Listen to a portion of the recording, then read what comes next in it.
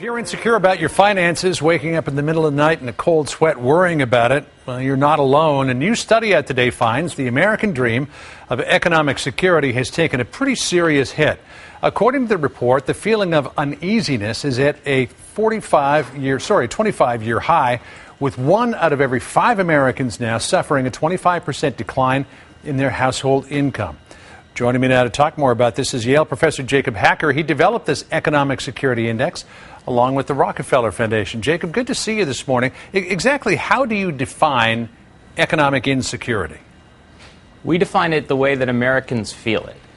We ask, what's the chance that someone will experience a 25% or greater decline in their income? And we also look at the cost that they pay for medical care. So we say, if you're spending money on medical care, that's money that you don't have to spend on other things. So it's 25% or greater decline in your available resources without an adequate financial safety net.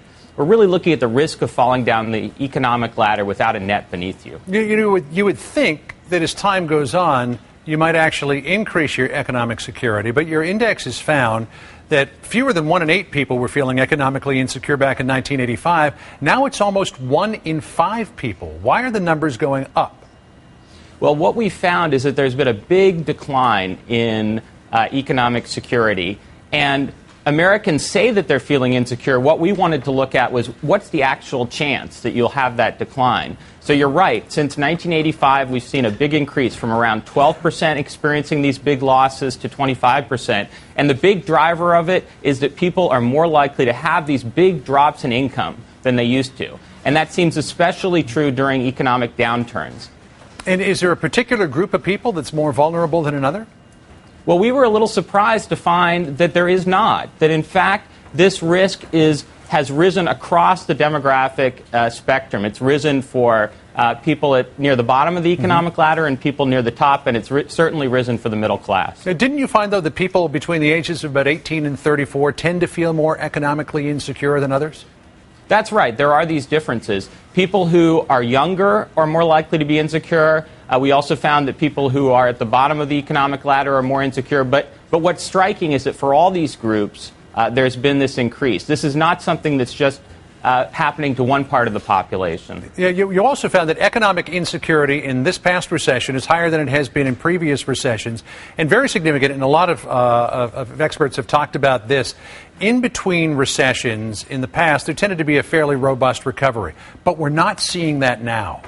No. And that's really what worries us. You know, we've seen a ratcheting up of economic insecurity. The new normal after every economic downturn has been a higher level of insecurity. And if that's the case, given how steep this downturn is, given how long it's likely to be before we return to pre-recession levels of unemployment and economic expansion for ordinary middle-class families, this could be a very long time before we see a full recovery to a better level of economic security. And I think this really calls on us to think about the long-term challenge for our nation to really rebalance our priorities. All right. And over your left shoulder, we see the Capitol building, where they're thinking a lot about the economic situation in the country. You would think that this would be something that would bring them together collectively to try to solve it, but it's only deepening the partisan divisions in Washington. What's going on?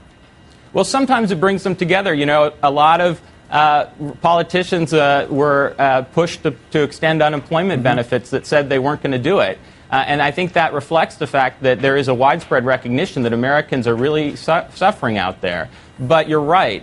Americans are angry. They're upset about the state of the economy. But that anger and that collective angst doesn't always translate into a clear message for politicians. And we have a deep partisan division in this country about what to do. We have to act, and we have to overcome these divisions because economic security is really a bedrock feature of the American dream. Yeah, we tend or we risk at least losing our position in the world if we don't get things back on track. Jacob Hacker from Yale, it's great to talk to you this morning. Thanks for coming in. Thanks for having me.